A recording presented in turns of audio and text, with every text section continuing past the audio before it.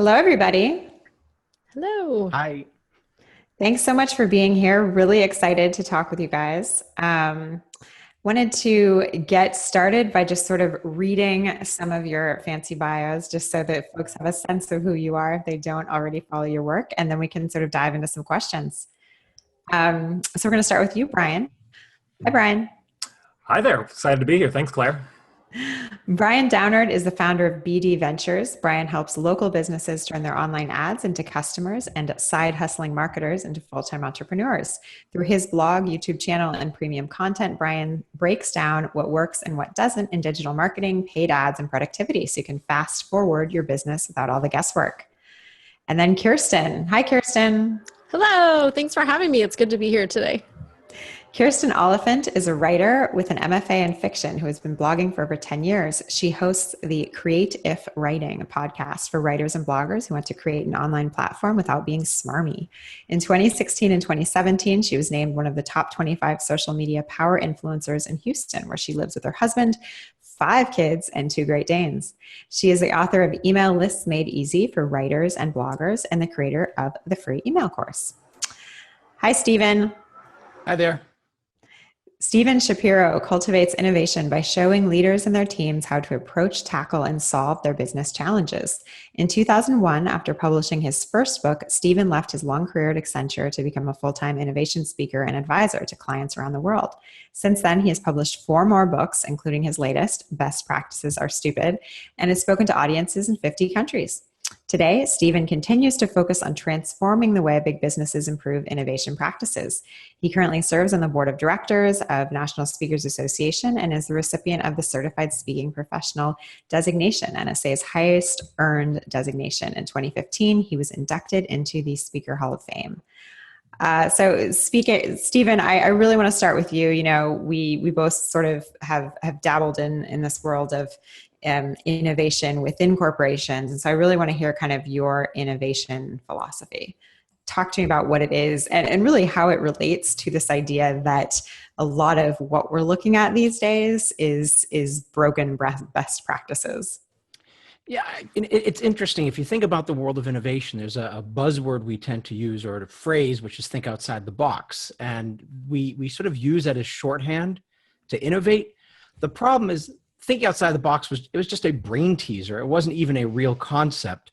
And what ends up happening is companies spend so much time focused on asking people for their ideas, their suggestions and opinions, that they waste a ridiculous amount of time and energy. So one of the things which I really get people to focus on is, instead of asking for people for their ideas, get a company to rally around its most important challenges. And if you do that in a very scientific way, you'll accelerate your innovation process and you'll improve your ROI a minimum of tenfold. Tenfold. That is not a small promise. And that's actually the minimum. I mean, we've seen much larger. The reason is we just eliminate a lot of the wasted energy that takes place inside of organizations. And more importantly, we get everybody rallying around what matters most. So it's really identifying what's going to transform the company, what's going to move the needle. And if everybody's focused on that, we'll get much greater results than if everybody's just sort of dissipating their energies. So what about this idea of sort of that best practices may be different for different corporations or for different industries? How do you sort of attack that issue? Well, even though my book is called Best Practices Are Stupid, it doesn't mean that I think they're always stupid. I mean, there is a place for best practices. I think the challenge with best practices, though, is that, first of all, replication isn't innovation. So if you're copying people from your industry, obviously that's not a source of innovation. But I think the bigger issue I have with best practices is the fact that what works for one company, their industry, their culture, the way they operate, may not work for someone else. And anytime we try to use a one-size-fits-all solution, we end up replicating things that are not necessarily valuable to us. And if you think about it from the perspective of an individual, everybody has different goals and objectives in their life. Therefore, copying what someone else does without understanding deeply those goals and objectives may lead you down the wrong path. So, look, we don't know what makes companies successful. We tend to study only the successful companies. There's this whole thing called the undersampling of failure, which basically says for every success that we study, there's probably 1,000 of them that have failed, but we don't study failures. We study success. So I think that's really the biggest issue. So, Brian, I like this idea that kind of best practices might be different for different entrepreneurs and different businesses, but I think maybe one thing that is the same is that many businesses, many entrepreneurs these days are kind of out of control, right? We're closing clients, we're managing online ads, we're writing content, we're doing too much, and many of us need some sort of path to get back on track. How do we start to try to find this control again? Yeah, and I think, my advice is going to probably be different than what, Stephen might say, because he's definitely focused on more of the corporate world, and I'm, teaching more solopreneurs. So there's definitely two entirely different areas there. But I think for the solopreneur and entrepreneurs like ourselves, who might be one man, one woman shop, it's really important to set boundaries. Especially when you're just starting your business. You want to do everything for everyone. You got a couple of clients and you try and, run around in circles doing a million things, and we don't set boundaries, which causes us to, of course, not focus on the things that are truly important and can move the needle. I think what's interesting, what Stephen was saying too, about how people not wanting to study anything but success stories. I found that to be true on Facebook as well, where I'll be very transparent about my business and share some of the hurdles and struggles, and people don't really like reading that as much. So it's funny that they don't want to hear about the bad stuff. And a big part of that is if you're not setting boundaries in your own business for yourself, your clients, and all of those things, you're going to go crazy and have more than a full-time job and really get burnt out quickly. So I think that is definitely key, number one. And number two, I think, is also really figuring out what works for you and what doesn't, because like Stephen said, there is no one size fits all solution, and you could spend years and years doing one thing that's just taking you down the wrong path versus really honing in on what your goals are, figuring out what actions and steps you need to take to do that, and then actually taking the action to do it. So I think that's what a lot of people are missing. They don't set those boundaries and they don't really hone in on what works. They just like to stay busy and do that busy work instead. I think boundaries are so interesting also because, I'm someone who I came from corporate life and then left it. And I see that sort of this sense of my own boundaries is so much harder now that I'm on my own, which I assume is something you've encountered. Yeah, and in a 9-to-5 or typical corporate setting, you can leave work at work in most cases. But for entrepreneurs, it's 24/7 if we're not careful. And even I think boundaries in our personal life for our families as well, because some of our family members or friends, whatever, see that, oh, hey, you have your own schedule. You can kind of do what you want when you want. But if you don't set boundaries and focus on your business, and you just spend all your time hanging out with friends and family and saying yes to everything everyone wants to do with you because they know you are available, you can quickly burn yourself out and, again, lose sight of what you're actually doing that gets you where you need to go. I mean, Kirsten, I'm sure you have perspective on this because you have not one child, not two children, but you have 5, right? So how does it work when you are an entrepreneur, you're running a business, and you have all these kids underfoot? How do you create the right boundaries to stay on track? That's a great question. And I think it probably looks different for everybody. Just like they were saying, there's no best practices that go across the board. For me, what it looks like is working with those boundaries and figuring out, okay, where are my times that I can actually do work, and what does it look like as we kept adding children to the mix? What does it look like now? What does it look like now? What does it look like now?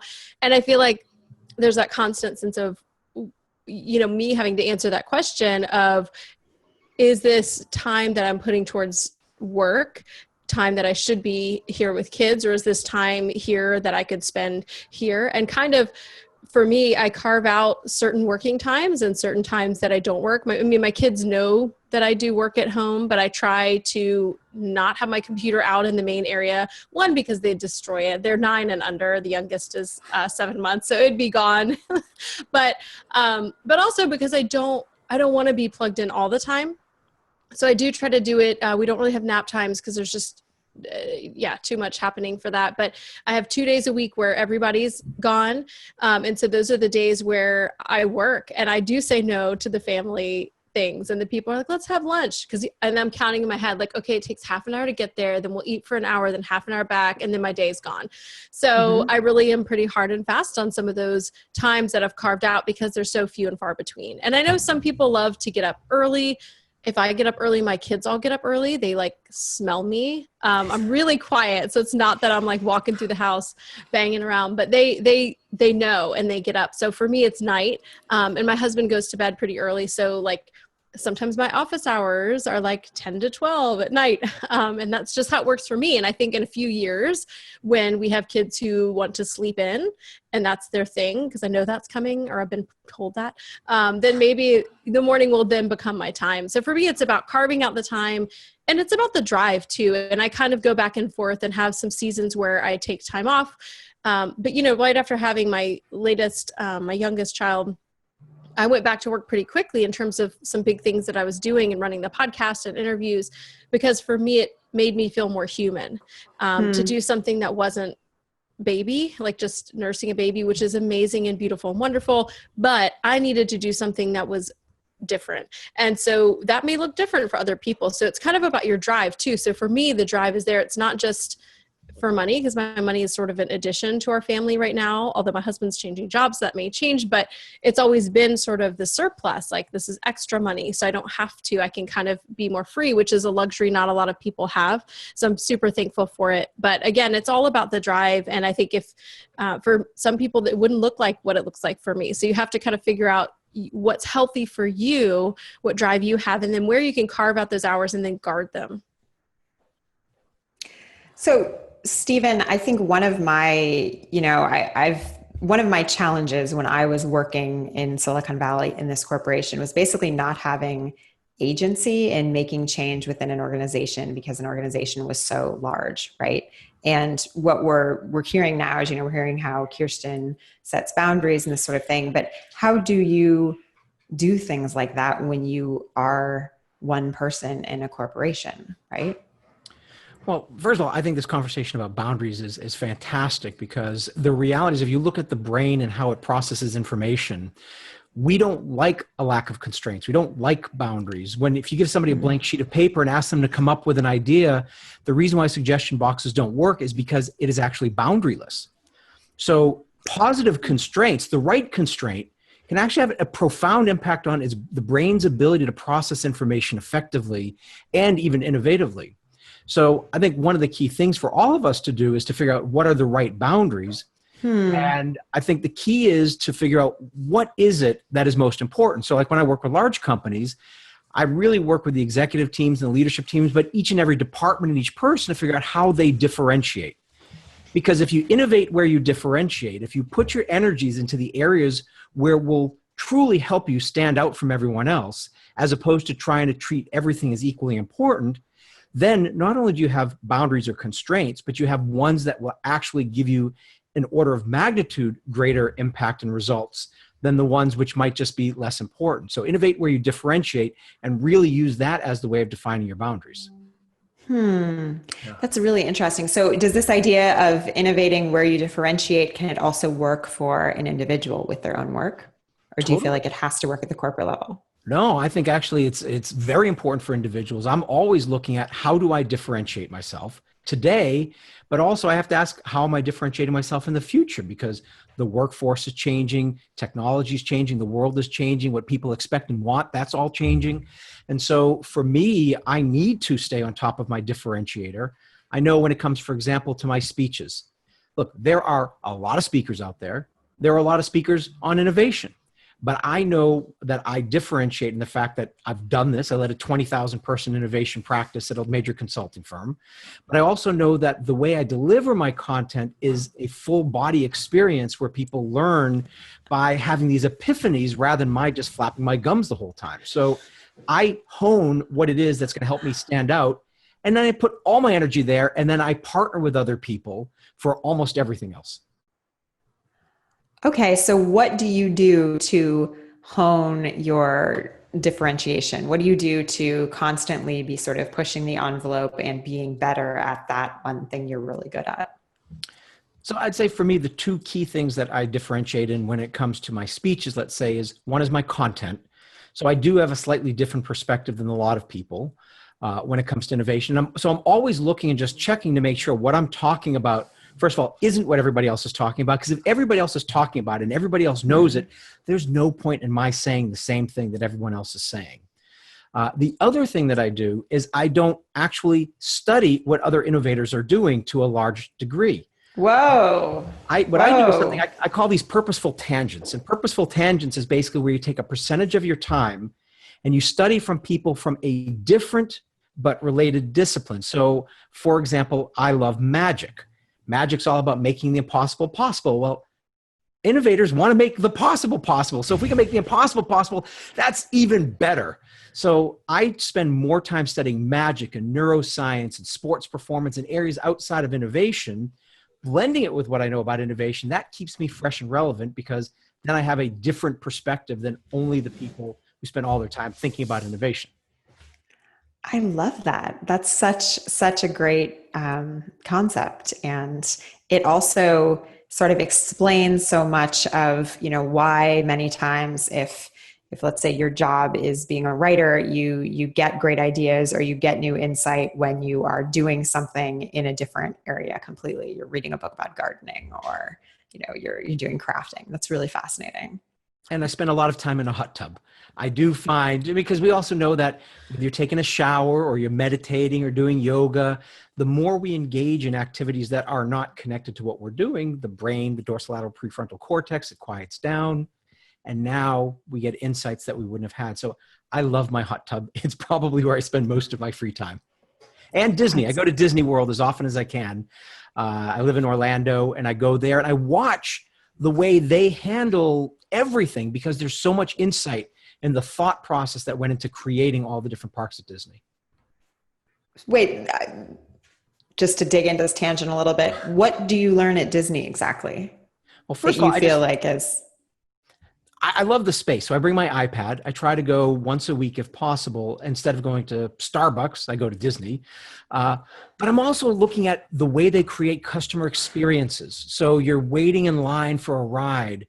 Well, what do they do in order to make that experience different? How do they speed up the process? I mean, I've talked with people at Disney and Universal to understand how do they create the Fast Pass? How do they create the Photo Pass? How do they create all these different technologies as a means of changing the experience? And so the more you study some of these really fascinating companies that aren't high tech, because it's easy to study the Apples and the Googles and all of that, but to study somebody who creates this physical experience, that to me is really compelling. Wow. Okay, so Brian, let's talk about innovation for the solopreneur, right? For someone who is at home trying to balance everything and make it all work at the same time, who, if they let the ball drop, maybe the ball ain't going anywhere right that day. They need to be on top of everything. How can they still prioritize basically innovating to do their best work? Yeah, I love that idea, Stephen. And I think, I've heard a similar concept somewhere else, but it's called the zone of genius. And you really, hone in on what you do well and then focus all your energy and attention on that, similar to kind of what we talked about before. But I think, the biggest thing for me, as I've been doing entrepreneurship now for 7 or 8 years, it's really habits and routines. To-do lists, like scheduling things, that doesn't work for me. And I don't know if it works for you guys or other people. It just doesn't work for me. Like even if I have like every single day on my phone, it'll like tell me the same thing, like, hey, do this at this time, but it doesn't mean I'm actually going to do it. So I think habits and routines, forcing yourself to do something that might be uncomfortable, like innovating or spending the time to go force yourself outside of your comfort zone, are things you need to force yourself to do in the beginning. But over time, obviously, doing them repeatedly, that's how you get better at something. It's cliche, but they say practice makes perfect. If you can just do something over and over again, I think you can start to actually make progress towards that. And that's why habits and routines, I mean, the gym is probably the easiest example. I was going to the gym really, really religiously for like 2 years, and then I moved, and I kept making excuses as to why I wasn't going to go do that. And it was, because I'd lost that habit. I just stopped doing this thing that I was so used to doing over and over again. So the last 2-3 months, I've been forcing myself, like every single, I've got like a sticky note on my computer that says, go to the gym, don't be lazy. So I actually force myself to do it. So yeah, whether it's innovation, spending time on your business, setting boundaries or whatever, you need to figure out how to force yourself to create a habit out of that, or else, unless to-do lists, scheduling time does work for you, that's great. But I think in most cases, those productivity hacks just don't ever come close to just simply getting it as a routine in your daily life. And have you made changes in your life over the last few years to become better at this? Or is this something that you've always been naturally sort of inclined towards? I think I'm fortunate that I've been naturally inclined towards it. I played a lot of sports growing up. I'm 6'6", so from a very young age, they were like, you're going to go play basketball. So I learned to love the process, to like practice and to understand, I might suck having to do this every single day, but over time you learn to love it. And when you are good at what you actually do, you love it even more. So, it's an interesting quote that they say, losers focus on winners and winners focus on winning. Now, that's why guys like Tom Brady, or whether how much you feel about him, have so many Super Bowl rings, because they're in love with the process and the practice. They're not in the off season partying. They have a routine that they follow religiously so they can be great. And I think a lot of people are missing that piece. And it's especially difficult as a solopreneur because you have so much freedom and flexibility. Like we were talking about, you could, just be lazy one day and want to take the day off. But, if that's screwing up your routine, you're not going to be able to continuously do the things you actually need to be doing. So, Kirsten, when you have this family also at the same time as this business and all these demands on your business as a writer and an entrepreneur, where do you start in terms of building habits and building routines? Because things can change on a dime if you're also at home in a day. I mean, for example, I have 3 kids under 3 right now, and I left the corporate world 3 years ago, had 3 children, and, was at home during that time, and now basically can't do any work at home. And I have to be in an office again, even though I work for myself, just because my attention is way too divided. So how do you manage that, Kirsten? Well, very, very tenuously. It definitely does change. And I feel like the things that I've learned in the last couple of years, I've learned to both, guard fiercely, as I was saying, some of those boundaries, but also to be flexible and to kind of give myself grace. So just to kind of go backwards, when I first started having kids, I'd just gotten my MFA.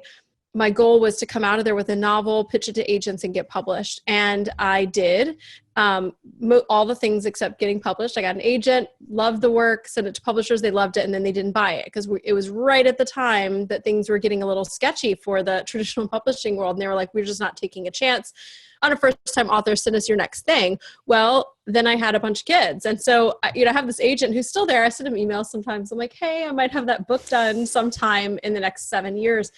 And I had to let it go for a while. I know some people are able, and I read about them, and I'm both like impressed and jealous of like the novelists who have a bunch of kids and write. They must have nannies or so. I don't know how that works. But for me, mentally, it puts me in a bad place to work on fiction with kids. So I had to table it. And I come back every now and then and think, okay, at the place I'm at right now, can I carve out time and sort of the mental and emotional or whatever space I need to work on this kind of work? And I try it for a week. And what has happened every time I try this, I try once a year. I'm like, okay, this month we're going to work on this novel or this next project for, these 2 hours every single day without fail. And without fail, during that week, something happens every single time to interrupt. Somebody starts teething. I have a kid who then starts having nightmares suddenly at those hours, or whatever the hours are, they get consumed. And my frustration level with that kind of work being interrupted is so different than doing the work I'm doing now, which is writing nonfiction, working with other bloggers and writers, doing podcasting.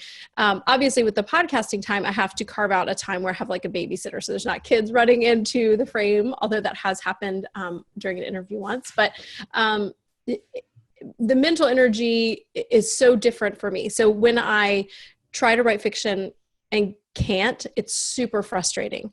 And it just makes me like a worse person. It is not good for where I am. So I still have this creative drive. So I just had to focus it somewhere else.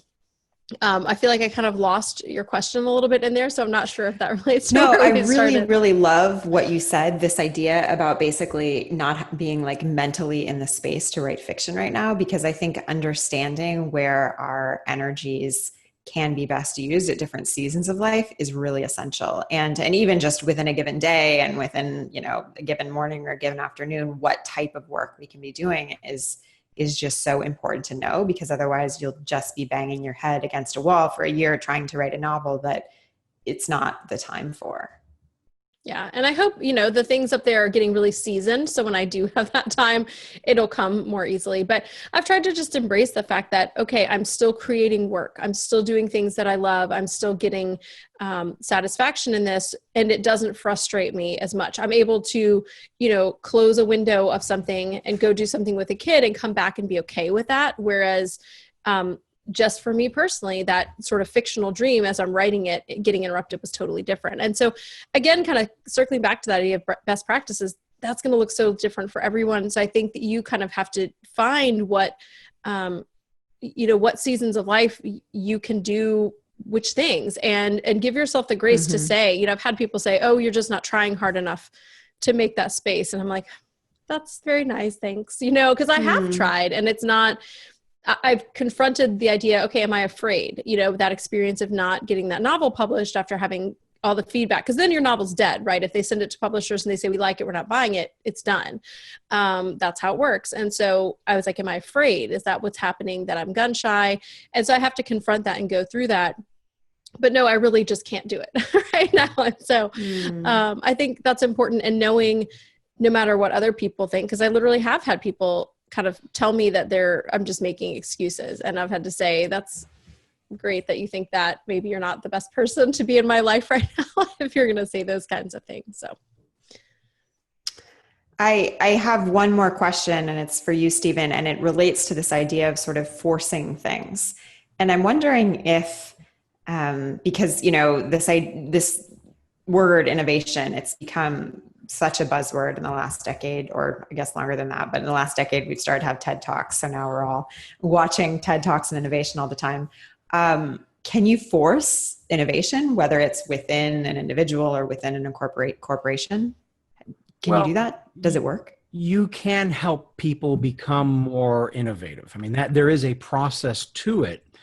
And I think part of that is to give people a little bit of headspace, but also give them those constraints that we were talking about. So we do it. I mean, all the time we help people and organizations and individuals at all levels and all types in organizations. But I think the key thing is we need to understand that just as there's not one size fits all practices, there isn't a one size fits all style of innovation. And so I've developed a way to understand, how do people contribute to innovation, but how are they going to detract from innovation? You can't be the best thing at everything. So you need to figure out what's your innovation approach, what's your innovation personality, and how do you play to that strong suit. But then also equally important, how do you find the right people who will complement you? Complement with an E, not an I. How do you find the people who are going to complement you? And basically, as I always say, you want to play with a full deck. You want to have people with all the different styles playing together in concert, understanding it. And when you do that, yes, absolutely, you can help people become more innovative. I don't like the word force, but if you give people the right tools and you give the right culture and the right context, then you'll actually have a pull for it in the organization. And to me, that is the key to make it successful inside of any company. I love it. Stephen, can you share what you're really focused on these days and where people can find out more about you? So I'm working on a top secret TV show. I just finished one TV show that I can talk about, which was called Girl Starter on TLC. Very excited about that. I mean, it's already run, but we're getting ready for season 2. It's about encouraging 18 to 24-year-old women to become starters of their own businesses. It was awesome. It was a great, fun show. And then I'm working on another show. And if people want to reach me, just go to steveshapiro.com. That's the easiest way. And you can find me very quickly there. Awesome. And Kirsten, what are you really focused on these days, and where can people find out more about you? Yes, I've taken kind of like a summer hiatus at the very moment. So the best place is the Create If Writing website and podcast. There's tons of episodes. There's 100 of them to go back and listen to. And I'm kicking back off in August. I'm not sure when this is going to be viewing, but I do have a lot of content at createifwriting.com, both audio, video, and then I've got a Facebook community that's really active and filled with non-smarmy, non-promotional posts, which is great. I love it. And Brian, what about you? Sure. So aside from my agency, I've been focused on building what I'm calling the Laptop Empire Lab. It's a membership site for solopreneur marketers, digital marketers, and freelancers, typically making, under 100K. They're probably side hustling right now. I wanted to build a community around that type of person to help them do what I've done, really turn their side hustle into something they can call a business and be really proud of. So yeah, the easiest way for me would be briandowner.com. And if you're interested in the Laptop Empire Lab, it's just laptopempirelab.com. So thank you guys. I really, really appreciate your time, and I hope you have an awesome, awesome Thursday. Thanks, Claire. Thanks. Thank you. Bye. Bye-bye.